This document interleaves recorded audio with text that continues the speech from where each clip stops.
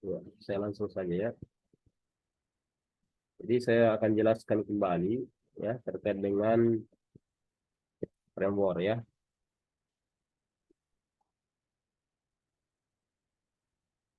Ya, jadi kalau misalnya ada yang menggunakan framework, nah ini eh, penjelasan terkait dengan script Cerude juga ya menggunakan Laravel ya. Ya, berbasis Laravel menggunakan Laragon. Ya, tadi kasus yang sama yaitu aplikasi CK berbasis web ya. Nah, yaitu kerangka framework ya, kerangka kerja.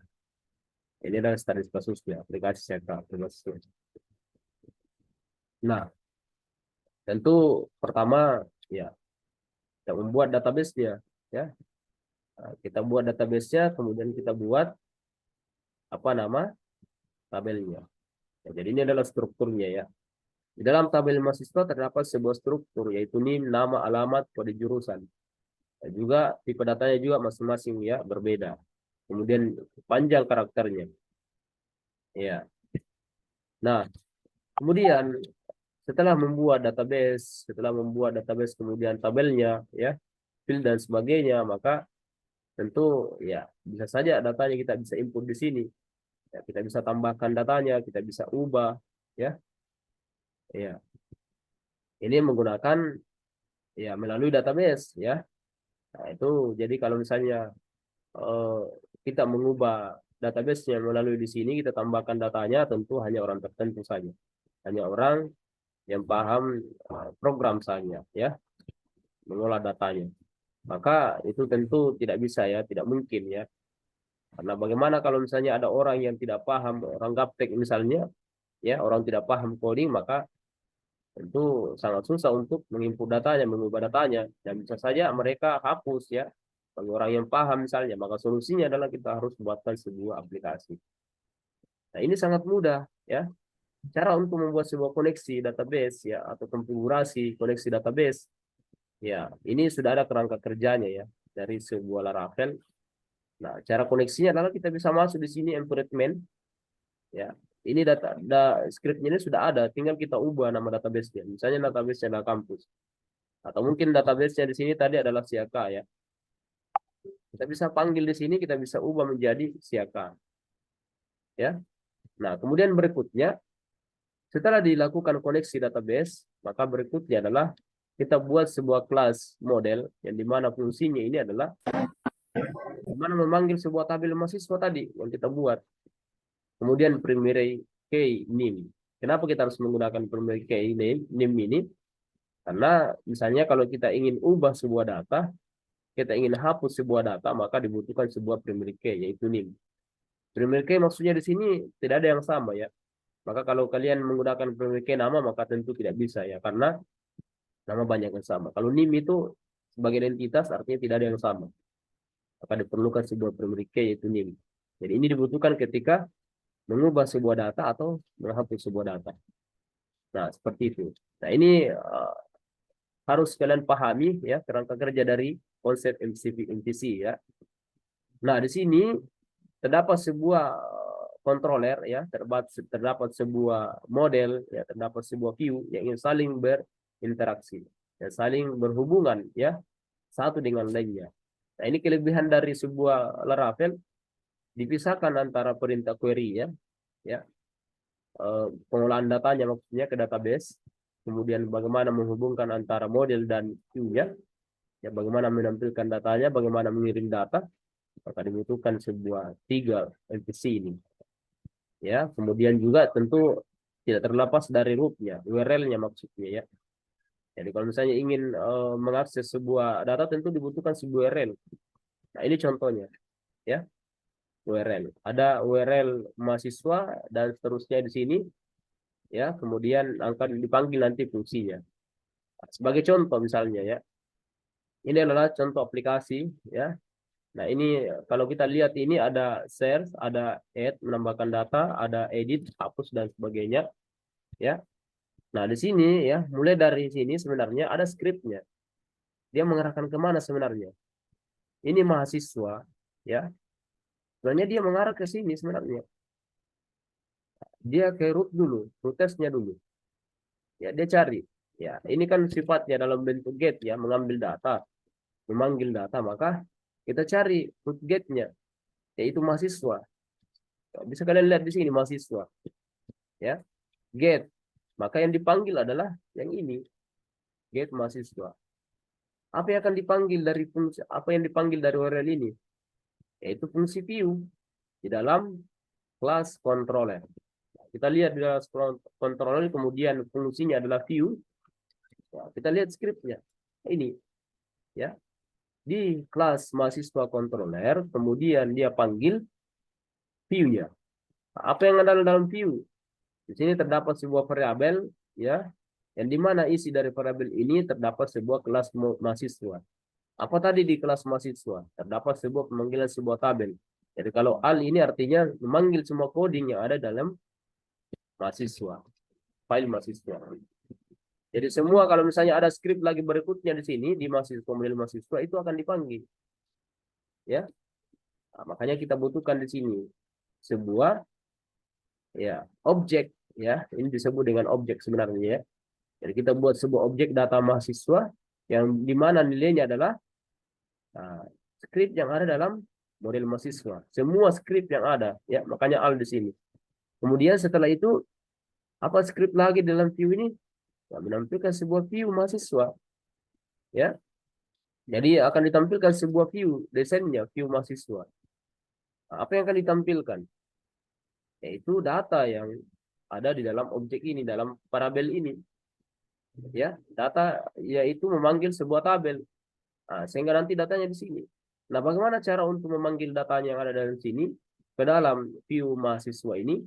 Caranya nantinya kita akan panggil sebuah, ya, kita akan panggil sebuah ini, sebuah parameternya itu mahasiswa, ya. Nah, selanjutnya, nah, ini akan tampil, ya. Nah, ini tadi view mahasiswa. Maka yang tampil nanti view mahasiswa. Ini scriptnya. Jadi script untuk yang ini ditampilkan, ya, datanya ini. Jadi ini script untuk menampilkan datanya, ya. Nah, ini tadi sama, ya, sama tadi natif. Nah, kita tampilkan dulu, kita buatkan dulu sebuah baris, kemudian baris itu terdapat sebuah kolom, ya, ada beberapa kolom. Jadi yang ditampilkan adalah baris ini, ya, kemudian kolom. Iya. Nah, kemudian berikutnya juga dibutuhkan sebuah perulangan. Kenapa kita harus membutuhkan sebuah perulangan? Karena kita ingin tampilkan datanya satu persatu ini, ya. Nah, secara berulang. Makanya di sini ada sebuah for each. Ya, apa tadi yang dipanggil? Data yang ada di parameter ini. Ya, kita panggil mahasiswa. Nah, ini makanya di sini mahasiswa alias, ya, mahasiswa. Ini bebas, ya, bisa MHS. Jadi kalau misalnya MHS di sini, nah, tentu ini berubah menjadi MHS semua. Karena di sini mahasiswa yang tertampung tadi yang dipanggil adalah variabelnya, parameternya dengan nilai yang tadi yang ada di model. Maka cara untuk memanggilnya, ya, kita panggil parameternya yaitu mahasiswa, ya. Nah, kita panggil dengan kita harus berikan alias yang kita ubah menjadi mahasiswa. Nah, sehingga di sini parabel mahasiswa, nah, kita ubah menjadi NIM, ya, kemudian nama, ya, kemudian alamat, kode jurusan, ya. Nah, seperti itu. Begitu juga dengan editnya, ya. Nah, berikutnya, ya, kita lihat di sini, ya, URL apa yang akan dipanggil lagi? Mahasiswa create. Nah, ini kan sifatnya juga get, ya, manggil, ya, mengambil, memanggil. Lihat lagi mahasiswa create. Kita lihat lagi rootnya, mahasiswa create, ya. Kita lihat di sini get. Apa yang dipanggil? Get mahasiswa create, yaitu fungsi create yang ada di dalam kelas mahasiswa controller.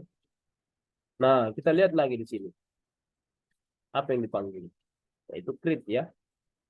Yaitu view input mahasiswa. Dan ini yang dipanggil view input mahasiswa.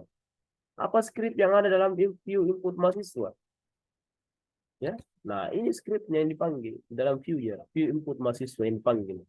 Kita perhatikan ini view input mahasiswa. Berarti kalau input view mahasiswa, maka ini yang dipanggil formnya. Ya. Nah, seperti itu. Nah, kemudian masing-masing form input juga ini tentu ada name-nya. Maksudnya ini ya ketika misalnya di input datanya, maka cara untuk mengambil data yang di input ya kita panggil name-nya. Begitu juga dengan nama dan seterusnya. Ketika ditekan simpan save, maka berikutnya nanti akan mengarahkan URL-nya ke action. Dia periksa di action-nya URL apa yang akan dieksekusi berikutnya. Itulah lagi mahasiswa slash script-nya. Ya ini dengan metode post ya, karena ingin memposting, ingin mengirim data ya, maka dibutuhkan sebuah, ya, kita butuh lagi di sini mahasiswa script, yaitu post. Apa yang dipanggil berikutnya? Ya, yaitu fungsi store di dalam kelas mahasiswa. Nah, kita lihat lagi ya, apa store ya. Nah ini. Kemudian kita buatkan sebuah request ya. Ini fungsinya untuk merekam sebuah data. Nah, kita buat lagi objek. Ya, kita panggil lagi model mahasiswa. Yang dalamnya tadi memanggil sebuah tabel mahasiswa. Kemudian kita buat masing-masing fieldnya, deklarasi variabelnya maksudnya ini ya, deklarasi masing-masing field.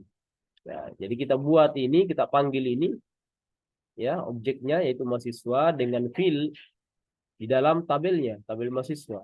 Kita isikan apa yang akan diisikan, apa yang akan tersimpan di dalam field name ini, yaitu dari request name, itu dari form name-nya, ya, itu dari form name-nya. Itu juga dengan nama. Ya, setelah itu deklarasikan, maka dilakukan variabel ini akan disimpan. Semua yang dideklarasikan ini ya kita simpan variabel mahasiswa, objek mahasiswa dengan save. Ya. Nah, kalau di native itu dia menggunakan insert into, kemudian apa nama tabelnya, kemudian field dan nilainya apa yang akan disimpan. Kalau ini cukup dibuatkan save. Kalau kita panggil save, maka secara otomatis Laravel itu mencari query simpan. Ya, itu sudah disiapkan oleh Laravel. Nah, setelah itu dilakukan simpan, maka dia kembali ke fungsi mahasiswa. Apa di fungsi mahasiswa? Nah, dia kembali ke sini lagi, get mahasiswa. Ya, apalagi dipanggil view. Nah, makanya di sini, ya, ini lagi akan ditampilkan. Setelah disimpan, dia kembali ke sini. Nah, seperti itu. Nah, berikutnya, edit ya. Ketika dilakukan edit, ya, diarahkan kursor di sini, maka nanti itu akan mengambil nilai ID yaitu 22202 ya dengan fungsi edit ya URL edit. Jadi ini URL-nya nanti. Apa URL-nya di situ? Nah, kita lihat di sini ya. Nah, ini sebenarnya script-nya. Ini URL-nya yaitu mahasiswa kemudian nim kemudian edit. Nah, kita lihat di root-nya lagi. Nah, ini ya. Get ya kita mengambil data dengan nim. Nah, NIM-nya tadi 222.002 dengan edit ya. Apa yang dipanggil? Fungsi apa yang akan dipanggil? Yaitu edit di kelas mahasiswa controller. Kita lihat lagi di fungsi edit. Apa yang akan dipanggil? Di fungsi edit itu akan memanggil sebuah, iya, apa tadi data yang dipilih yaitu 222.002. Nah, dia akan menyimpan datanya di sini di objek ini. Kemudian dia tampilkan lagi view edit mahasiswa. Ya, dengan ya parameternya adalah mahasiswa, yaitu iya mahasiswa ya dia kembali ya. Nah, kita lihat di sini view edit mahasiswa. Apa view mahasiswa? Nah, ini ya, view edit mahasiswa. Makanya akan ditampilkan. Ya. Nah, kita tinggal panggil parameter mahasiswa, yaitu mahasiswa ini. Ya. Nah, kita panggil mahasiswa. Nah, makanya di sini mahasiswa dengan apa filenya? Nah, makanya nanti akan tampil nilainya di dalam aplikasinya, ya. Nah, ketika diedit, oh, ada formnya di sini ya. Nanti akan tampil. Maka kita bisa ubah. Nah, setelah dilakukan lagi simpan, ubah, maka dia akan periksa lagi di actionnya dengan metode post, yaitu mahasiswa edit. Kita lihat lagi metode postnya edit, mahasiswa edit di rootnya. Apalagi kira-kira post edit, ya post, ya post edit. Jadi ini yang dipanggil. Apa fungsi yang dipanggil? Yaitu update di kelas mahasiswa controller. Nah, kita lihat lagi ini. ya. Nah, ini akan dipanggil update. Sama dengan menyimpan tadi. Hanya saja membedakan data kita panggil sesuai apa yang dipilih tadi, ya. Kemudian ya kita simpan, kita ubah, ya. Tetap kita panggil nama objeknya, ya, nama variabel dari objeknya yaitu mahasiswa, kemudian nama filenya dari tabelnya, kemudian nilai apa yang akan diubah di dalam formnya, yaitu name-nya tadi, yaitu nama. Itu juga dengan alamat.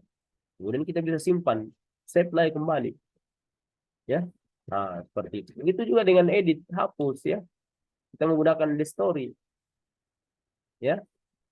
Name-nya, apa parameternya, apa yang akan diubah sesuai dengan apa pilihan tombolnya, ya.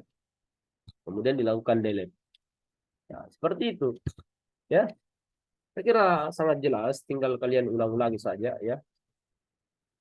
Oke, saya kira cukup sekian. Assalamualaikum warahmatullahi wabarakatuh.